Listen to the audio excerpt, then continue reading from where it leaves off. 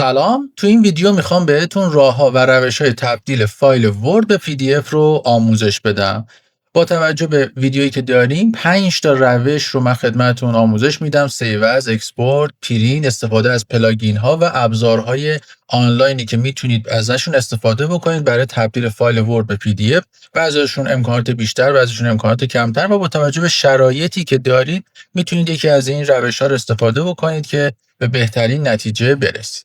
من پویا حیاتی هستم و آموزش‌های تخصصی رو به زبان ساده خدمتتون آموزش میدم. پس با من همراه باشید.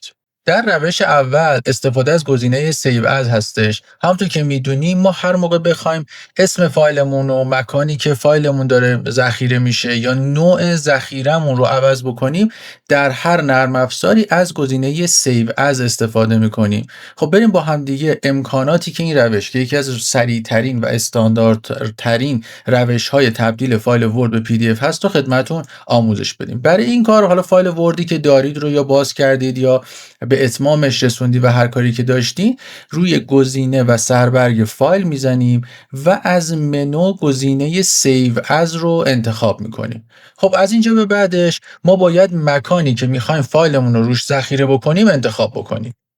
خب گزینه بروز رو میزنیم، اون مکانی که میخوایم فایلمون ذخیره بشه برای ما باز میشه. حالا میتونیم هر جایی که دوست داشتیم رو انتخاب بکنیم. اینجا فایل نیممون هستش، یعنی اسم فایلمون، حالا هر چیزی که میخوایم میتونیم براش اسمشو بذاریم یا همون اسم فایل وردمون که الان هست و یک بار ذخیره کردیم کفایت میکنه. اگه برای خواستین میتونید هر چیزی که دوست داشتین برای اسم فایلتون بذارید. اما در ادامه ما سیو از تایپ رو باید بزنیم که به صورت پیش‌فرض ورد داکیومنت هستش، یعنی با توجه به همون ورد معمولی یا با فرمت داک ایکس داره فایل های ما رو ذخیره میکنه. من روی گزینه سیو از تایپ میزنم. گزینه های متفاوتی وجود داره برای ذخیره. یکی از گزینه ها گزینه PDF هستش که ما از این لیست انتخاب میکنیم. وقتی گزینه PDF رو انتخاب میکنیم یک سری امکانات به ما میده. در ابتدا دو تا گزینه خیلی سرراست برای ما گذاشته. میگه فایل PDFی که میخوای ذخیره بکنم رو مدل استاندارد ذخیره بکنم، یعنی مدلی هستش که شما میتونید آنلاین استفاده بکنید، پرینتش با کیفیت هستش و عملا حجم فایل رو خیلی دست نمیزنه. اما گزینه دوم مینیمم سایز هستش، میگه برای حالتی که فقط میخواین تو آنلاین داشته باشین، نمیخواین حجم فایلتون زیاد باشه، میتونید از این حالت استفاده بکنید که میاد چیکار میکنه؟ میاد حجم عکس های شما رو کاهش میده یا نوع فرمتی که داره ذخیره سازی میکنه در بعضی از آبجکت های ورد رو عوض میکنه که بتونه حجم فایل شما رو کاهش بده، که ما معمولا اصلا حالت استاندارد استفاده میکنیم و هر موقع هم گزینه اوپن فایل افتر پابلیشینگ فعال باشه، حالا میتونید فعال یا غیر فعالش بکنید. وقتی که فعال هستش، وقتی که فایل PDF شما رو میسازه برای شما همزمان فایل PDF شما رو هم باز میکنه. فقط کافی اینجا روی گزینه سیو کلیک بکنید. تا اینجا خیلی سریع شما با یک تنظیمات بسیار ساده و تنظیم سیو از تایپ و گزینه سیو فایل PDF تون ساخته میشه. خب بذارید من سیو بکنم. فایل PDF هم ساخته شد و بعدش هم دوباره این فایل PDF برای من باز شده. یعنی ببینید چقدر سریع این کار رو شما انجام دادید. اما بریم میخوایم تنظیمات حرفه‌ای این گزینه ها رو هم خدمتتون بگیم. من دوباره فایل سیو از رو میزنم، دوباره همون آدرس گزینه PDF هم رو انتخاب میکنم. اینجا خب یه دونه فایل PDF ببینید همین الان برای من ساخته. من میام مثلا میگم این نسخه دومه، اسمش رو عوض کردم. اینجا رو گزینه آپشن کلیک میکنید تا به شما امکانات بیشتری این روش رو نشون بده. گزینه اول پیج رنج هستش. این امکان رو به شما میده در این قسمت که اگر ورد شما تعداد صفحات زیادی داشت، مثلا 100 صفحه داشتین ولی شما میخواین مثلا 20 صفحه شو 15 صفحه شو یا از صفحه‌ای تا صفحه خاصی رو بخواین PDF بکنین، این امکان رو داشته باشین. الان این ورد من فکر میکنم 2 صفحه داره. میتونم مثلا اگه روی صفحه 1 هستم کارنت رو بزنم یا بگم آقا تو قسمت پیج از پیج 1 تا پیج 1 رو برای من PDF کن، یعنی یک صفحه رو پرینت بکن، PDFش بکن. یا مثلا شما فایلتون 100 صفحه است، میگین از صفحه 15 تا صفحه مثلا 35، یعنی تقریبا 20 صفحه رو برای من PDF کن. این دقیقا میاد همون صفحات رو برای شما کات میکنه و PDF میکنه. دیگه نیازی نیستش که شما مجبور باشین همه وردتون رو PDF کنید. یه جزوه‌ای دارید که مثلا فقط میخواین فصل اولش رو منتشر بکنید، مثلا فصل اولش هم از صفحه 10 شروع میشه تا صفحه 35. میتونید خیلی راحت بیان اینجا انتخاب بکنید و همین تعداد صفحه رو PDF کنید و منتشرش بکنید. تو قسمت پابلیش وات، یعنی که میگه چه چیزی رو من براتون پابلیش بکنم، دو تا گزینه داکیومنت داریم و داکیومنت شوینگ مارکاپ. اینا چه فرقایی دارن؟ داکیومنت که خب یعنی کل سند شما رو PDF میکنه که به صورت پیش‌فرض است، اما گزینه دوم رو، چالا البته من گزینه‌ای که میخوام بگم حالا توضیح براتون بدم، وقتی گزینه دوم رو انتخاب میکنید، اگر ترک چنجی داشته باشین یا کامنتی داشته باشین، اون دوتا رو هم توی فایل PDF تون میاره. اگر خواستین راجع به ترک چنج و کامنت هم اطلاعات کسب بکنین، حتما به ویدیو آموزش جامع نرم افزار ورد مراجعه بکنین که تو اونجا کامل توضیح دادیم. شما میتونید تو نرم افزار وردتون، تو فایل وردتون کامنت گذاری و ترک چنج رو فعال بکنید و کسای دیگه‌ای که میان تو فایلتون ببینن که چه اتفاقی افتاده. اگر فایل وردتون اون گزینه ها رو داشت، میتونید این گزینه رو هم فعال بکنید، ولی چون الان نداره فقط رو گزینه داکیومنت هستش. گزینه بعدی اینکلود نان پرینتینگ اینفورمیشن هستش. تو این قسمت اطلاعاتی که عملا توی متن شما حالت پرینتی نداره، مثلا کلمات مخفی، مثل توضیحات، تگ ها، پروپرتیزی که نرم افزار وردتون داره رو آیا اضافه بکنه به فایل PDF تون یا نه. ببینید این گزینه شاید به صورت پیش‌فرض برای شما هیچ کدومش غیر فعال نباشه. ببین هر کدومشون چه کاری برای ما میکنن.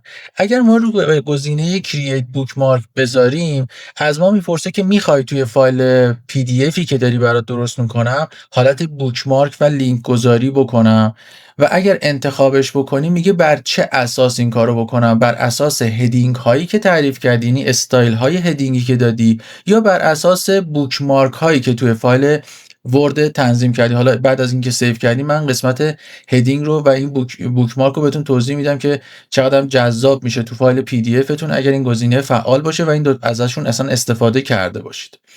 تو قسمت داکیومنت پروپرتیز، متا دیتا ها رو ذخیره میکنه، مثلا تایتل فایلتون، مثل نویسنده فایلتون. اینها رو هم اضافه میکنه که اگه نگاه کنید ما تو فایل سیومون این موارد اصلا اینجا هم داریم، یعنی نویسنده، تگ ها، تایتل یا سابجکت رو ما میتونیم اینجا اصلاح بکنیم و زمانی که اینم فعال بکنیم به فایل PDF مون هم این اطلاعات اضافه میشه.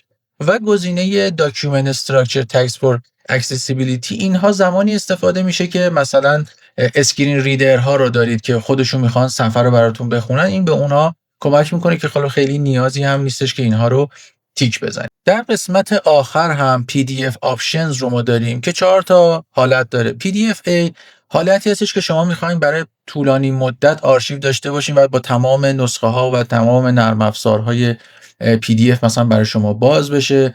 اپتیمایز فور ایمیج کوالیتی رو ما داریم که میاد با توجه به اسمی هم که داره، میاد کیفیت عکسمون رو بهینه سازی میکنه که اگه تیک بزنید این کار رو برامون انجام میده. این حالت بیت مپ تکست when font may be not embedded داستانش چیه؟ میگه که ببینید شما مخصوصا برای فونت های فارسی شاید این برای ما خیلی مهم باشه. ما وقتی که از فایل وردمون یک فایل PDF میسازیم، این فایل PDF مون همچنان این امکان رو شاید داشته باشه که بتونیم تکستاشو کپی و پیست بکنیم و خیلی راحت بتونیم ازش استفاده بکنیم. اما میاد اینجا میگه که احتمال داره یک سری فونت ها باشن که زمانی که من دارم PDF میکنم نمیتونم امبدش بکنم، یعنی نمیتونم به فایل PDF هم بچسبونمش و این اگر نچسبونمش بد نوشته میشه. یعنی چیزی شما شاید دیده باشین فایل‌های PDFی که کاراکترهای چرت و پرت داره وقتی که PDF میشه. این میاد چیکار میکنه؟ میگه تو اون حالتایی که من نمیتونم فونت رو امبد بکنم بچسبونم به فایل PDF، میام اون قسمت رو به صورت عکس اضافه میکنم. اینجا بیت مپ یک نوع از حالا فرمت های عکسی هستش، به شکل عکس اضافه میکنم که فایل PDF تون به هم ریخته نباشه، اما دیگه شما این امکان رو ندارید که به صورت متنی اون قسمت رو انتخاب بکنید که حالا تیکشو زدید برای مخصوصا فایل‌های فارسی به PDFی که میخوایم بکنید شاید کارایی براتون داشته باشه. گزینه آخرم Encrypt the document with a password هستش. یعنی اگر این گزینه رو تیک بزنید، زمانی که شما میخواین این ذخیره سازی به صورت PDF رو انجام بدین، از شما یک پسورد هم میگیره. مثلا یه پسورد 1 2 3 4 5 6 براش میذارید، اینم 1 2 3 4 5 6 میگه حداقل باید 6 تا کاراکتر داشته باشه و حداکثر هم 32 تا کاراکتر داشته باشه. یک پسورد برای فایل PDF تون میتونید بذارید که هر کسی خواست اون رو باز بکنه حتما نیاز به پسورد داشته باشه. این مواردی هستش که شما میتونید داشته باشید. اما بریم همون فایل PDFی که ما قبلا ذخیره کردیم رو باز بکنیم. اگر نگاه کنید اون داستان بوکمارک رو میخواستم خدمتتون بگم. ما اومدیم روش 1، روش 2، روش 3 اینهایی که اینجا هست رو از هدینگ استفاده کردم. الان توی فایل PDF هم قسمت بوکمارک ها رو بزنم، ببین خیلی راحت میتونم بین روش ها از طریق بخش بوکمارک های فایل PDF هم جابجا بشم. این اون کاری بود که ما اومده بودیم انجام داده بودیم برای ساخت PDF توی نرم افزارمون و گزینه Create Bookmark Using Heading رو براش فعال کردیم. الان توی روش 1 که ما از قسمت سیو از استفاده کردیم، تمام تنظیمات رو من خدمتتون با نکاتی که داره گفتم. این فایلم براتون حتما توی توضیحات ویدیو میذارم که اگه دوست داشتین مجددا بتونید فایل متنیش رو هم مطالعه بکنید. روش 2 استفاده از گزینه اکسپورت هستش. اکسپورت یعنی خروجی گرفتن. خب این گزینه شاید هیچ تفاوتی با گزینه سیو از نداشته باشه، فقط دسترسیش از یه جای دیگه است. ما دوباره گزینه سربرگ فایل رو میزنیم اینجا دیگه، به جای اینکه از سیو از استفاده بکنیم از گزینه اکسپورت استفاده میکنیم. من رو گزینه اکسپورت میزنم، با این گزینه جلوتر صحبت میکنیم. کرییت PDF رو انتخاب میکنم و روی گزینه کرییت PDF XPS من کلیک میکنم. ببینید دوباره همون منو برای من باز میشه، همون تنظیمات رو من اینجا دارم و هم عیناً شبیه هم هستش، فقط به جای اونجا سیو از من دیگه اینجا گزینه پابلیش رو دارم که میتونم ازش استفاده بکنم. شاید این مسیر براتون توی روش 2 سریعتر و ساده تر باشه. هر کدوم که دوست داشتین میتونید استفاده بکنید. روش 3 استفاده از گزینه پرینت هستش. ببینید به صورت پیش‌فرض وقتی که ما نرم افزار رو نصب می‌کنیم، یه دونه مایکروسافت پرینت تو PDF هم به پرینترامون اضافه میشه. هم شاید مثلا نرم افزاری مثل اسنجید، ادوب اکروبات، نمیدونم PDF تولز یا شاید مثلا نیترو PDF، وقتی اینا رو نصب می‌کنید یه سری گزینه‌ها به بخش پرینترهای ویندوز اضافه میشه. وقتی تو اونجا اضافه میشه، ما روی گزینه فایل و گزینه پرینت که میریم، قسمت پرینترها این گزینه‌ها اینجا اضافه میشن و ما میتونیم استفادهشون بکنیم. یعنی اینجایی که ما به جای اینکه مثلا بیایم بگیم که این رو واقعا بفرست برای پرینترم، حالا اینجا پرینتر من چون خاموشه زده آفلاین، بفرست برای پرینترم و پرینت بگیر، من میگم همین رو پرینت بگیر برای من توی PDF. یعنی از گزینه مایکروسافت پرینت تو PDF استفاده میکنم.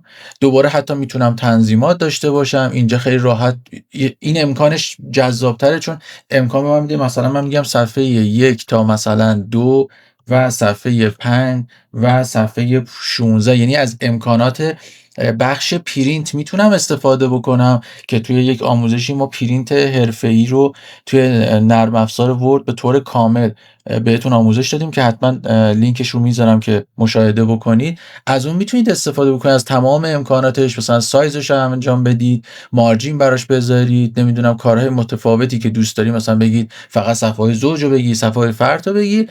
اما گزینه پرینتتون فقط چیه؟ توی PDF هستش و گزینه پرینت رو میزنید. حالا من چون اینجا یه صفحه است، من یه صفحه رو میزنم و گزینه پرینت رو من میزنم.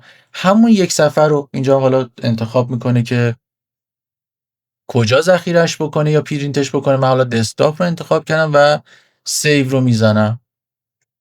وارد دسکتاپ هم که شدم، همون فایل PDF برای من ساخته شده و همون یک صفحه رو برای من پرینت گرفته که میتونم ازش استفاده بکنم. این گزینه خیلی گزینه جذابی هستش که یک سری امکانات مازاد به شما میده برای ساخت PDF که شاید یه سری گزینه‌ها باشه که تو حالت و روش یک وجود نداشت. تو روش سوم دارین یه سری امکانات هم خب تو روش اول داشتین که تو این روش ندارین و یه سری شاید محدودیت‌های مثلا بوکمارک و تگ و اینها رو شما تو این روش داشته باشین. تو اون روش شاید این موارد نبود. روش چهارم استفاده از پلاگین ها یا ادین هایی هستش که شما به نرم افزار وردتون اضافه میکنید. همونجوری که قبلا گفتم، مثلا شما نرم افزار ادوب اکروباتی که مثلا برای باز کردن نرم افزارهای PDF هستش رو وقتی نصب میکنید، نرم افزار نیترو، PDF تولز، اینها رو که نصب میکنید میاد به صورت ادان توی نرم افزار وردتون میشینه. چجوری؟ من اینجا کاستومایزد ریبون رو یه دونه راست کلیک میکنم روی ریبونم و کاستومایزد ریبون رو که میزنم، تو بخش کاستومایزد ریبون ببینید یه سری ادین هایی علاوه بر اون هستم. این مثلا الان ادوب اکروبات رو میتونم غیر فعال بکنم، قسمت ادین ها رو میتونم غیر فعال بکنم. شاید اینجا برای شما اولش نباشه، دوباره کاستومایزد ریبون رو میزنم و ادوب اکروبات رو براش فعال میکنم، چون این اکروبات روی کامپیوتر من الان روی ویندوز من نصب شده، اینجا هم خودش رو داره نشون میده. و برای PDF گرفتن میتونم توی این سربرگ برم، خودش اینجا یه دونه گزینه کرییت PDF داره. حالا میگه میخوای با توجه به پرو بزنی یا نمیدونم پروش اگه داشته باشی خب امکانات بیشتری به ما میده و من اینجا سیو از PDF رو میزنم. برای من این کار رو خیلی سریع میتونه انجام بده. اما گزینه‌های 1 تا 3 خیلی بهتره. این زمانی خوبه که ما مثلا نسخه پروی اکانت ادوب اکروبات رو داشته باشیم، یا مثلا اگر نیترو PDF رو داشته باشین، اون ما چون کرکش میکنیم یا مثلا کاری که میکنیم، این شاید اصلا دیگه نیازی به این داستانا نداشته باشه، اون راحت تر برای ما این مبحث رو انجام بده. اما روش پنجم، اگه دیگه با هیچ کدوم از اینا کار حال نکردین و نمیدونم حتی فایل ورد رو داشتید ولی نمیتونستید بازش بکنید، خود نرم افزار ورد رو نداشتین، این مشکلات شاید وجود داشته باشین، این فایل ورد رو براتون فرستادن شما مثلا نرم افزار ورد رو ندارید که بخواید بازش بکنید که از این 4 تا روش استفاده بکنید، خب پس مجبوریم برای این حالت روش پنجم یعنی ابزارهای آنلاین رو با همدیگه چک بکنیم که ببینیم چجوری میتونیم از این روش استفاده بکنیم. یکی از سایت‌های حالا مناسبی که وجود داره، چون سایت خیلی زیاد هستش، این وبسایتی هستش که من لینکش هم براتون تو ویدیو میذارم. میتونید خیلی راحت این سایت رو باز بکنید، یا سایت های دیگه ای مثلا فری کانورت رو میتونید ازش استفاده بکنید. از همین سایت I love PDF میتونید استفاده بکنید که امکانات جذاب باحالی هم داره. مثلا میتونید PDF تو ورد بکنه، ورد تو PDF بکنه، یه عالمه امکانات داره. حالا امکانی که ما الان داریم میخوایم ورد رو به PDF تبدیل کنیم، کافی اینجا بهش فایل ورد رو بدید. من اینجا مثلا همین راه ها و روش های تبدیل فایل رو بهش میدم به صورت فایل